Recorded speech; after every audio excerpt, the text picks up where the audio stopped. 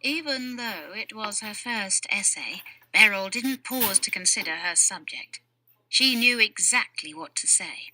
With a decisive nod, she dipped the nib of her pen into the inkwell and began to write busily, filling up page after page. Miss Seckham rang her little bell. "Excellent concentration, girls. Who would like to read her essay first?"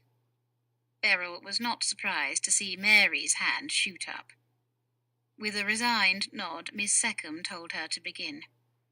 Mary stood up, her starched cotton dress falling perfectly straight without a single wrinkle. Her hair was neatly gathered with a bow, so her black curls cascaded down her back. In a high, artificial voice, she recited, "The moment that changed my life was the day my grandmother sent me a dress from Paris. My father told me I looked like Princess Mary, and he took me to tea at the new Stanley Hotel.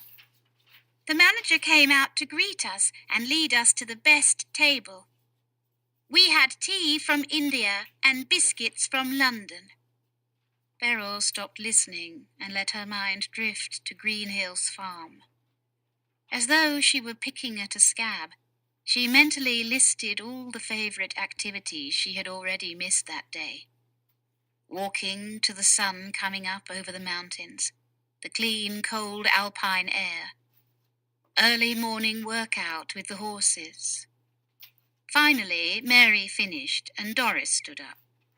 She talked about taking a ship from Dover to Mombasa. Beryl, who had been only 2 years old when she had made the same journey with her parents, rather enjoyed Doris's essay. Finally, Miss Seckham called on Beryl. In a clear, clipped voice, Beryl began, "Several months ago, I hunted a lion with the Nandi warriors on my father's farm. I was the first girl they ever let go with them. My best friend, Chibi, the leader's son, was not allowed to come." From Beryl's first words, the class was spellbound. Mary tried to snicker, but the others hushed her. "I walked home with the lion's paw stuck on my spear. I was a Murani." Beryl looked around the room with a huge grin. If she couldn't be at home, writing about it had been an unexpected comfort. The other girls' faces wore stunned and admiring looks. Doris's eyes were shining, and her mouth was voicelessly shaping the words, "I was a Murani." Then Beryl saw Miss Seckham's face, which was frozen in what could only be described as horror. "Miss Clutterbuck, the assignment was to write a true story." Beryl stared down at Miss Seckham. She imagined her blue eyes were gimlets drilling into the teacher's puny head. "Every word was God's own truth," she said. "I don't permit blasphemy either," said Miss Seckham in a cold voice. "How dare you use the Lord's name to justify your lies?" The other girls' mouths hung open. Beryl said, "I can prove it." The girls began whispering and giggling. Beryl ignored them and limped out of the room, wincing when her shoes pinched her feet. "Where are you going?" Miss Seckham squeaked. "To get proof," Beryl said without pausing. When she returned, Miss Seckham was still ringing her bell to calm the classroom. Silence fell completely as Beryl carefully placed a linen bundle on Miss Seckham's desk. She gestured to Miss Seckham to unfold the cloth. Miss Seckham shook her head warily and put her hands in the wide pockets of her skirt. Smirking, Beryl opened the bundle herself. Triumphantly, she held up the dried-out lion's paw. She stood proud, daring anyone to doubt her word again. Miss Seckham's eyes rolled to the backs of their sockets, and she fanned herself with her handkerchief. Mary shrieked and backed away. Doris led the rest of the girls in a rush to get a closer look. Finally, Miss Seckham found her voice. Miss Clutterbuck, we're going to need new rules for you. It never occurred to me to prohibit wild animal body parts in school. That thing is confiscated. No, Beryl shrieked. It's mine. I earned it. You can't take it. She dropped into a warrior's crouch, one arm raised as if she were carrying her buffalo skin shield, ready to defend her prize.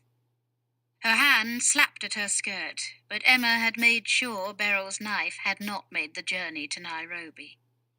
She had managed to bring only a small, sharp pocket knife, and that was hidden in her chest in the dormitory. Give it over, young lady, insisted Miss Secombe. Looking more closely at Beryl's defiant face, she added grudgingly, You can have it back when you return home. Beryl was too angry to believe her, and edged forward to snatch it. Doris grabbed her arm and dragged her back. Beryl, leave it, she whispered. You'll get it back. Beryl took her eyes off the lion's paw and looked down at Doris's hand on her arm. You'll get it back, Doris repeated. But if you fight her, you'll never see it again. Slowly, Beryl's body lost its tension, and she stepped away from the desk. Her shoulders slumped, and even her hair felt as though it were weighing her down, trapping her here. Miss Secombe gingerly grabbed a linen corner between two fingers and folded it over the paw. Her lips pursed tightly. She held the bundle far from her body and scurried out of the room. When she returned, she gave Beryl a look filled with dislike. Miss Clutterbuck, you will stand in the corner. You may not participate in our spelling lesson. Beryl kept her face blank as she walked over to the corner and faced the window. Not to the window, Beryl. To the wall. Letting you daydream would be no punishment at all. Beryl stood facing the wall, wriggling uncomfortably in her scratchy clothing. Under her wide skirt, one leg was bent as she stood in the Nandi way. For the next hour, Beryl imagined she was a huge bird, soaring back to the highlands, the train chugging slowly beneath her. She heard the far-off whistle of the train and wasn't sure if it was real or her imagination. Finally, Beryl was released to recess by the tinkle of the little bell. She was the first out the door. Inhaling deeply, she looked around the dusty yard, searching for possible escape routes. Doris's voice at her shoulder startled her. We all play skip rope at recess. Do you want to join us, Beryl? Beryl looked at the group of girls. The hostility from the night before was gone. Most of them were watching Beryl curiously. Except Mary. She stood to one side, pretending not to notice that Beryl was being included by the others. Skip rope? Asked Beryl. How do you do it? Haven't you ever skipped rope before? Doris asked in a surprised voice. I'm sure I can do it. Just tell me how you win. The girls giggled again like monkeys. Beryl ground her teeth and waited for Doris to explain the rules. You don't win. Two of us turn the rope and you hop over the rope when it hits the ground. We all sing the rhyme. Why? Beryl asked. To strengthen muscles. In the civilized world, we do things for fun, Mary said. Feel free not to join us. Doris stepped forward. Mary, be quiet. Give Beryl a chance. There was a murmur of agreement from the other girls. Doris was being decent, and Mary didn't want Beryl to play. That was reason enough for Beryl to join in. I'll try. Doris nodded. All right. She pointed to Mary with a mischievous gleam in her eyes. Mary, you take this end and I'll take the other. Beryl, don't worry if you trip at first. It happens to everyone. The girls began turning the rope. Beryl studied the way it came down and flopped on the ground and then rose again in an arc. Once she understood how it worked, she jumped in. The girls started chanting in time to the snap of the rope on the dusty ground. Grace, Grace, dressed in lace, went upstairs to powder her face. How many boxes did she take? 1, 2, 3, 4. Beryl's feet were fast, even in the tight shoes. She didn't miss a hop. In the back of her mind, she blocked out the high-pitched chanting of the girls. In its place, she hummed the Kikuyu jumping song to keep the rhythm. 98, 99, 100. As the weary voices of the girls reached the century mark, Beryl leapt high in the air and landed perfectly with both feet planted on the rope. The girls gaped for a moment, and then deliberately turned their backs and walked away. Doris stayed there, chewing on her lip. "What's wrong?" Beryl asked. Mary was still holding the rope. She gave it a hard tug. Beryl, staring after the others, was taken unawares. She fell to the ground, her feet splayed and her skirt askew. She glared angrily at Mary, who was doubled over with laughter. "You look ridiculous," Mary taunted, "and I don't believe that you hunted a lion." Beryl lunged over to grab her ankle and twist, a Nandi wrestling move guaranteed to bring down an opponent standing above you. But she got tangled in her skirt and fell down again into the dirt. To her fury, Mary laughed harder. "Oh, Beryl, if Miss Seckham could see you now, she would never cast you in my part."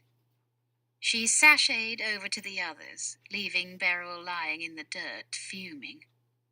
Still holding the rope, Doris looked thoughtful. Beryl looked up at her and asked, "Why did they go? Didn't I do it right?" Doris dropped the rope. "Beryl, in skip rope, we take turns. If you never miss, no one else gets a turn." She hesitated, as though there was more she wanted to say, then shrugged and left Beryl in the dirt alone. Beryl passed the rest of the day without speaking a word.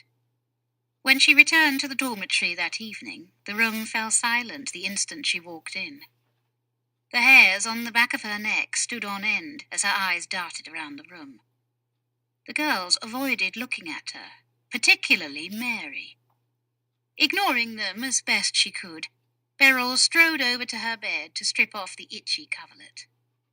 As she lifted the pillow, she sucked in a hiss of surprise. A long, thick snake lay coiled in a tight circle. Its yellow skin was dotted with brown spots. It snapped at her, its forked tongue tasting her scent. She looked closer at the snake. It was harmless, a sand boa. Behind her, Beryl could hear the smothered giggles of the other girls. Her lips turned up in a wicked smile. She had an idea. "Good heavens!" she exclaimed in a near falsetto. "I wonder how that got here. It's a joker. It's not poisonous except for its skin. Anyone who touches it will break out in boils soon after. And if they don't wash their hands constantly for 2 days..." She paused. A strangled voice, just barely identifiable as Mary's, asked, "What? What will happen?" With a solemn air, Beryl said, "She might lose the hand." She picked up a ruler and, with exaggerated care, slid it under the snake to lift it by its middle and headed out of the dormitory. She closed the door behind her and listened to Mary's panicked voice and the splash of water in the wash basin. Giggling to herself, Beryl draped the snake around her shoulders and sneaked down the hallway, grateful that she had learned to walk so silently. She tiptoed past Miss Seckham's study and ran down the back stairs to ease herself and the snake into the pale darkness of the Nairobi night. Beryl walked down the road, away from the city lights and the school. She stopped next to a stand of trees with a thicket of flowering bushes underneath. Sinking down to the ground, she crossed her legs underneath her ridiculous billowing nightgown. "I wish I could have seen Mary's face," she confided to the snake. "But I didn't trust myself not to give the show away." She ran a forefinger across the back of its head. "I wish you could talk. I could use a friend." The snake gave a convulsive shudder, took a last snap at her finger, and slithered off her shoulders to disappear into the thicket. Beryl leaned back against the tree and looked up at the night sky. She and Chibi used to look at the stars together. She knew that home was only 90 miles away, but her old friends, the constellations, shivered in the pale sky like strangers, obscured by the lights and smoke of Nairobi. What was Chibi doing now, she wondered. Was he a warrior yet? "Beryl! Beryl!" A voice whispered her name. Startled, Beryl looked up at the sky. Then she realized the voice was coming from a small figure walking toward her. Her hand went to the dagger she had secreted in the pocket of her nightdress. "It's me, Doris. Are you all right?" "Of course I am," answered Beryl. She took her hand off her knife. "What could hurt me out here?"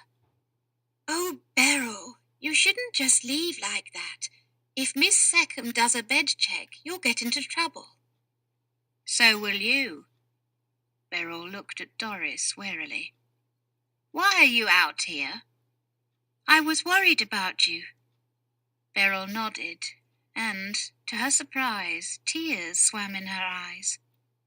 Doris couldn't see the tears in the dark. She went on. "Mary is an absolute witch. I could have told her that a little sand boa wouldn't scare you, but she was so sure you would scream." "What's she doing now?" Beryl asked slyly. Doris clapped her hand over her mouth to keep back her giggles. "She's washing her hands like mad. None of the other girls will come near her. She's in hysterics." Beryl and Doris laughed quietly together.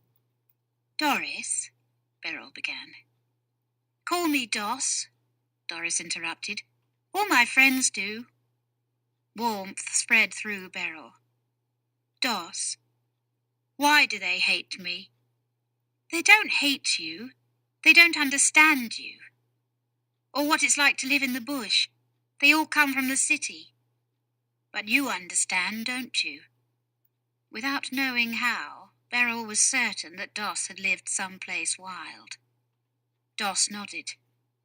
"My father has a farm out by Thika. My mother and I joined him 2 years ago. I loved it out there.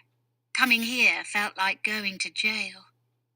"Even my skin feels different here," Beryl said. "I don't know how I can last a whole year." Doss grabbed Beryl's hand. After a moment's hesitation, Beryl squeezed it back and said, "But you look like them. You talk like them. Doss, how do you do it?" "My mother insisted that I be ladylike. She said someday I would go back to England, and she didn't want me to shock society." "What about your mother?" "I don't have one. Not really." In the darkness, Beryl could feel Doss's questioning look. "She's in England. She left when I was little." "Oh. Can you help me?" The unfamiliar words felt strange on Beryl's tongue. "I promised my father I would go to school for a year, but I'm not sure I can last. If I get expelled, he'll send me to England. Tell me how to get along here." Doss leaned back against a tree trunk to think. Finally, she said, "Your main problem is Mary. She's used to bossing everybody around. Take care of her, and the others will go where they're led." "I don't want to lead them," Beryl cried. "Let Mary do that." "You don't have a choice. Either lead them or keep finding who knows what in your bed. Beryl nodded. She would use her Nandi skills. She would watch carefully and study the enemy. Then she would make her move. Location: Cape Breton, Nova Scotia. Date: mid-morning, 5th September 1936. I made it to North America. Not quite as far as New York, but at the moment I'm quite happy to be on terra firma. I lift my foot out of the bog and it squelches. I could have used some more firming in my terror. I breathe deeply and savour the silence and fresh air. Now to more practical matters. How am I to get out of here? A quick glance tells me that my poor old messenger won't be flying me out. The propeller is buried in mud, and the engine has been ripped from the chassis. I feel much the same way. No one knows to look for me, much less where. I'll have to rescue myself. It won't be the first time. Easier said than done. I must have covered 3 miles, up to my waist in this nasty bog. The gash on my head has started to bleed again. Finally, I see a fisherman. He stares at me as though I'm that monster they found in Loch Ness. I'm Beryl Markham, I say. I've just flown in from England. He takes me to a god-forsaken hut on a deserted stretch of coast. To my delight, there's a telephone. I turn to ask how a phone came to be there, but the fisherman answers first. To report shipwrecks. You're the first plane crash. I'm not one for looking in a mirror, but I suspect the expression on my face can best be described as rueful. Within a day, I've been cleaned up and supplied with new clothes. There's a dashing bandage across my forehead. I'll have another scar to add to my collection. A plane, a Beechcraft, comes to collect me. The pilot lets me take a turn at the controls. To my relief, he doesn't say anything about the last plane I flew.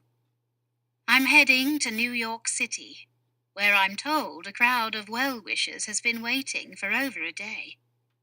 I'm being hailed as a great success. Ha! If I had been successful, I'd be flying the messenger out of here instead of leaving her behind in a cold bog. At least I didn't drown. I'm one up on Icarus. Chapter 22. For the next week, Beryl kept to herself as she watched the other students. Her first mistake, she decided, was trying to impress them at all.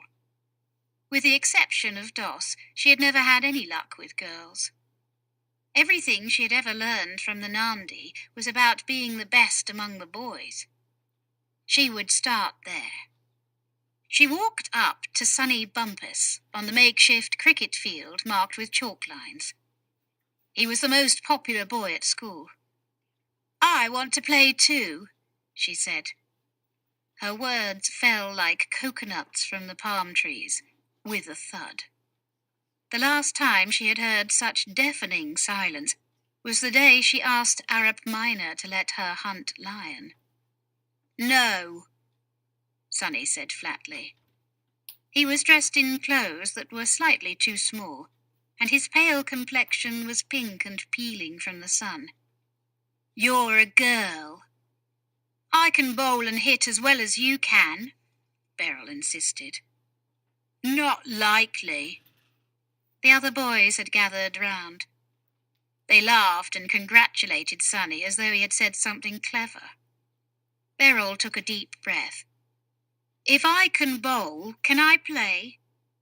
Sonny stared at her, then around the circle of boys. With their tacit approval, he said, If you can stand at one end of the pitch and knock the bails off the other wicket, you can play. The boys nudged each other and whispered excitedly.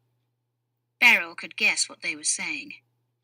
The distance between the wickets was more than 20 yards. But Beryl had not learned to throw a spear at a moving animal for nothing. A wicket that stayed in one place and couldn't think for itself was an easy target. "It's a bet," she said. Beryl took up a bowling position at the wicket. She squinted into the sun to judge the distance to the other end of the field. Beryl tried to wiggle her toes in her tight shoes. It would be easier if she were barefoot, but she didn't think the boys would wait for her to unlace them. The boys stood on the edge of the field, making rude comments. "I bet she'll bend her elbow." "Who does she think she is, Jack Hobbs?" And most infuriating of all, "Girls can't play cricket." Beryl took the ball Sonny handed her. She examined it closely. Arup Minor had taught her to respect the special properties of a spear. Surely the ball deserved the same treatment. She weighed it in her hand, feeling the rough leather and the raised stitching. Holding the ball lightly by her fingertips, she swung her arm back in a windmill motion without bending her elbow and let it fly at the opposite wicket. The ball sailed through the air and knocked off both bails on the distant wicket with a satisfying thump. Beryl turned triumphantly to the boys as the ball bounced back toward the centre of the pitch. "So, which team am I on?" she asked. Her smile faded when she saw the dismay in their faces. Shoved forward by the others, Sonny spoke for all of them. "That didn't count. You stepped outside the creases." "I did no such thing." Beryl narrowed her eyes and stomped over to him. "Sonny Bumpus, you made a deal. Are you welshing?" There were few more insulting things to say to an Englishman, but to Beryl's mind she had nothing to lose. "Who are you calling a bloody Welshman?" Sonny said indignantly, his face turning brick red. But he wouldn't meet her accusing eyes. "You didn't do it right. How could you? Girls don't have the brain capacity to learn cricket." And with that, he turned his back to her. "You can keep your stupid ball," she growled, throwing the ball into the dirt and walking away. Skip rope and cricket had been disastrous. It was time to play her own game. Beryl waited for a day when it was raining too hard for outdoor recess. Finally, after a week, the moment was right. After Miss Seckham left to take her tea, Beryl grabbed Doss by the arm. "Keep them here," she whispered fiercely. Puzzled but curious, Doss kept the other girls from leaving. "What does she want now?" asked Mary. "I don't know, but I'm not afraid to find out," Doss shot back. "Are you?" Mary grimaced, but she stayed. Beryl deliberately stood by the window, her tall figure framed by the grey light outside. "What do you know about steeplechasing?" she asked the group. The girls murmured among themselves, confused. "Isn't that when the horses jump the fences?" Doris asked. "It's when the jockey races the horses over fences," corrected Beryl. "I do it all the time." Mary couldn't stay silent. She strode over to confront Beryl. She stared into Beryl's blue eyes and accused, "You're lying again. Girls don't ride and they don't race." Beryl held on to her temper and said, "Girls ride on my father's farm, or at least I do. I train the chasers for my father." Mary drew in her breath, ready to denounce Beryl again. But Beryl interrupted as though the idea had just occurred to her. "Why don't we do a steeplechase here?" The girls looked at her blankly. Doss began to giggle. "How? We have no horses." "We race each other. We'll use the desks as fences. Beryl grabbed the nearest desk and started to drag it to the edge of the room. Why bother? Asked Mary. It's so muggy.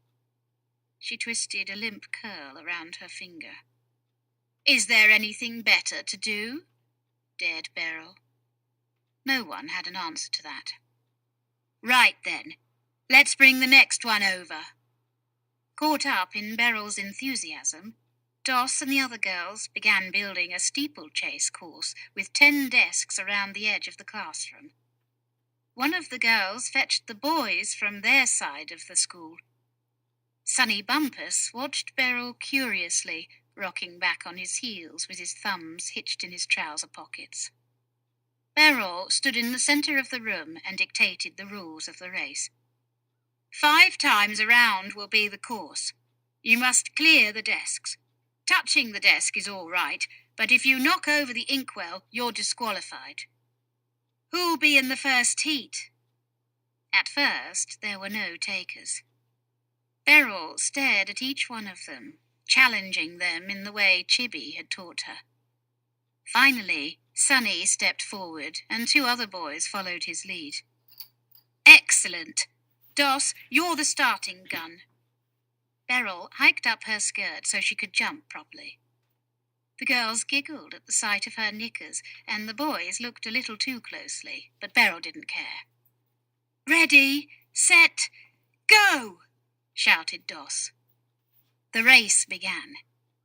Despite her tight shoes, as soon as Beryl began to leap the wide desks, her awkwardness melted away. Every part of her body worked perfectly. In a few seconds, the 2 other racers gave up to watch her. Sonny did his best to keep up. He was a fast runner, but he couldn't jump as high as Beryl could. At the 3rd desk, he knocked over an inkwell, spattering black ink across the whitewashed wall. Doss rushed to scrub the stain with her handkerchief. Beryl ignored the mess and soared over the desks as though she were flying. After 2 circuits, Sonny finally gave up and stood gasping in the corner. Beryl ran with only one thought, to win. She did not notice she was the only one still racing. Finally, she came to a halt. The girls gaped at her, and the boys shuffled their feet. Did I win? She asked, forcing herself to breathe through her nose. It wouldn't do to seem winded. Of course you did, said Doss. How did you learn to jump like that? The Nandi on our farm. They trained me to jump higher than my head. A desk is nothing. I don't believe you, Mary said scornfully. You're lying again. And Sonny said, Show us, I dare you. I beat you all at your own games, and mine too. I don't need to prove anything else, Beryl cried. Of course you would say that, said Mary spitefully, tossing her curls over her shoulder. Beryl's back stiffened, and her fists clenched by themselves. Mary, if you call me a liar one more time, I'll... At that moment, Miss Seckham returned. Her eyes darted from the rearranged desks, the ink splatter on the wall, and, worst of all, boys in the girls' classroom. Boys, what are you doing in here? She spluttered. What's been going on? The room was silent. If no one answers, you will all lose recess. Beryl pressed her lips tightly together and glared at the rest, daring them to tell. It was Beryl, Miss Seckham, Mary said. She wanted to do a steeplechase with the desks. I told her it was against the rules. Beryl wanted to crush Mary's simpering face with her fist.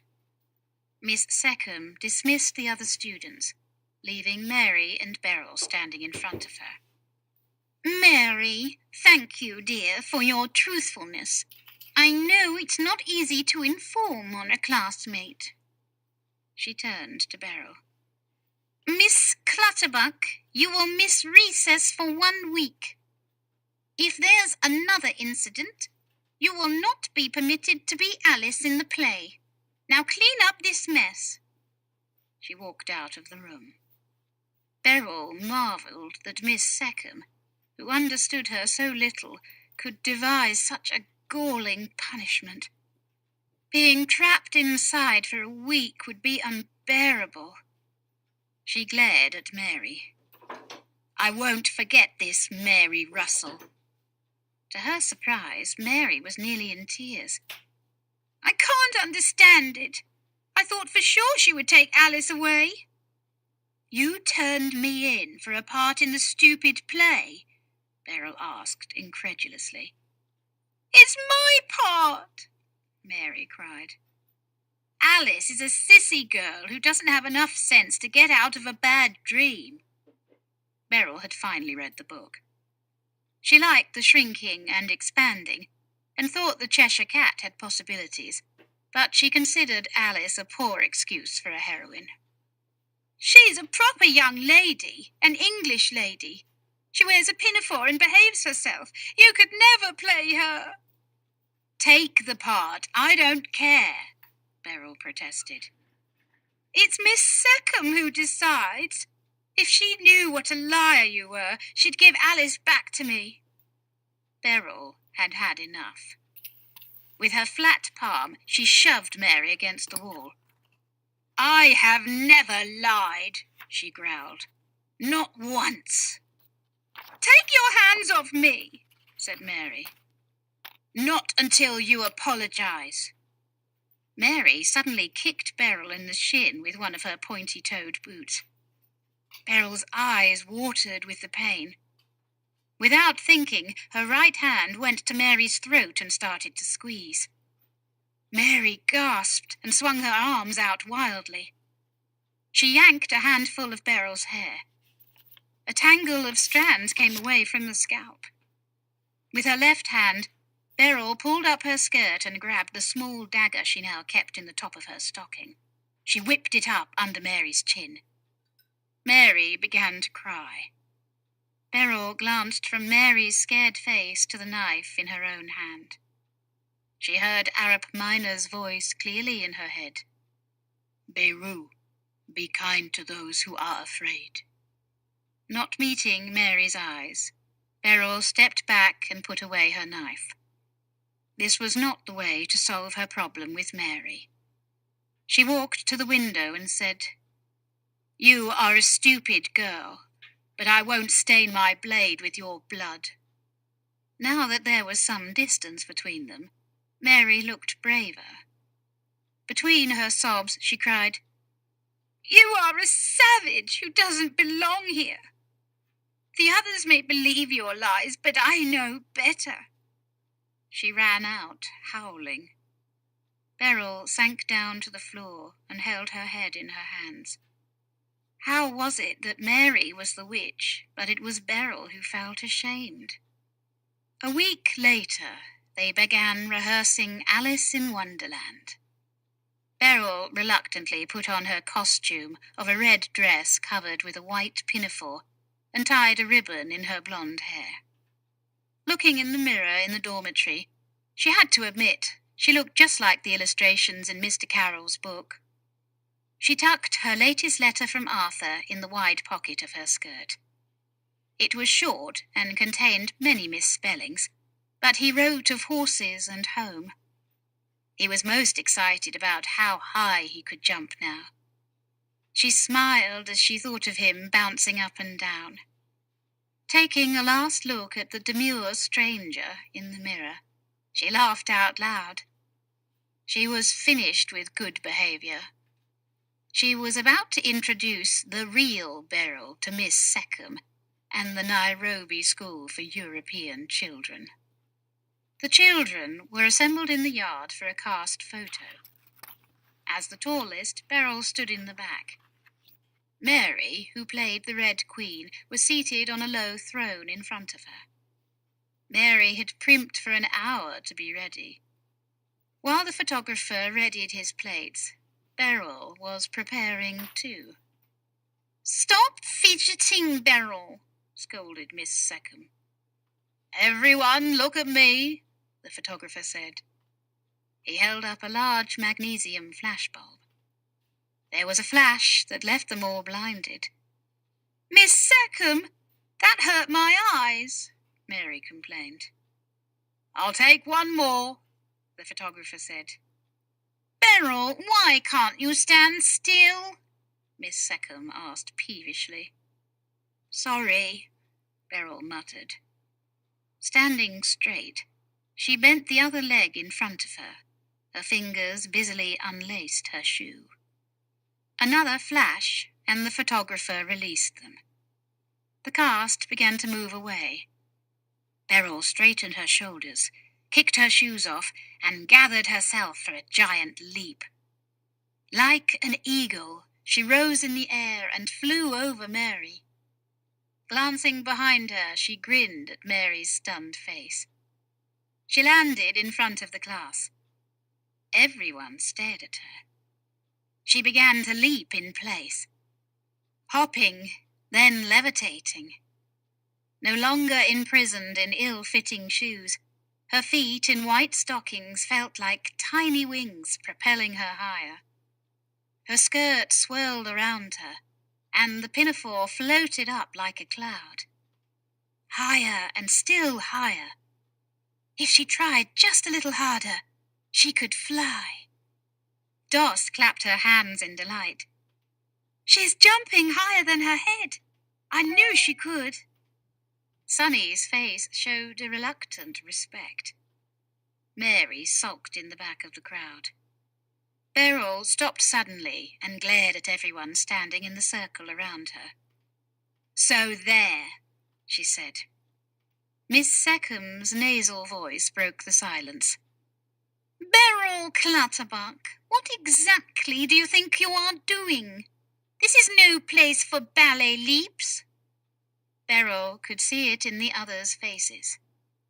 They understood it was not ballet. It was the training that a young Nandi received to become a warrior, just as Beryl had claimed. From that moment, Beryl would always have the upper hand with Mary. Location: New York City, New York. Date: 7th September 1936. Now I know how Alice felt stepping through that looking glass. When we land in New York, 5,000 people are waiting to see me. I don't know that I've ever seen so many people at one time. At first, I can't make out what they are chanting. Then I realize these odd New Yorkers are saying, "Hello, Blondie." I put my arms above my head and bow deeply from the waist. "Salam," I shout. The crowd goes wild. Amid the deafening sound of thousands of car horns hooting, I am escorted by a troop of police motorcycles to the Ritz-Carlton. The next day, I go to the mayor's reception. Mayor LaGuardia is a rumpled little man. I tower over him. He is sweating and mopping his forehead with his handkerchief. "Hot, isn't it?" he says. I agree politely, but honestly, I grew up in Africa. There's a stack of telegrams and tributes from the newspapers. From Peru, my father said, "Beryl's a grand girl. I knew she would triumph, but in spite of my faith in her abilities, yesterday was the most anxious day I have known." There was even an interview with my mother, who has, irony of ironies, returned to Nairobi. She said she never had any doubts that I would do it. "My daughter," she said, "has always been extremely self-confident and full of pluck from the time she was a tiny tot. I wonder what the papers would say if I told them I barely know her." Amelia Earhart said she was delighted beyond words that Mrs. Markham should have succeeded in her exploit. And Tom Black? Dear Tom, the master of understatement. He said, "Amazing. I thought she'd do it." But the weather, on what is always a tough crossing, seemed appallingly bad. I'm not sentimental as a rule, but I think I might keep these scraps of paper forever.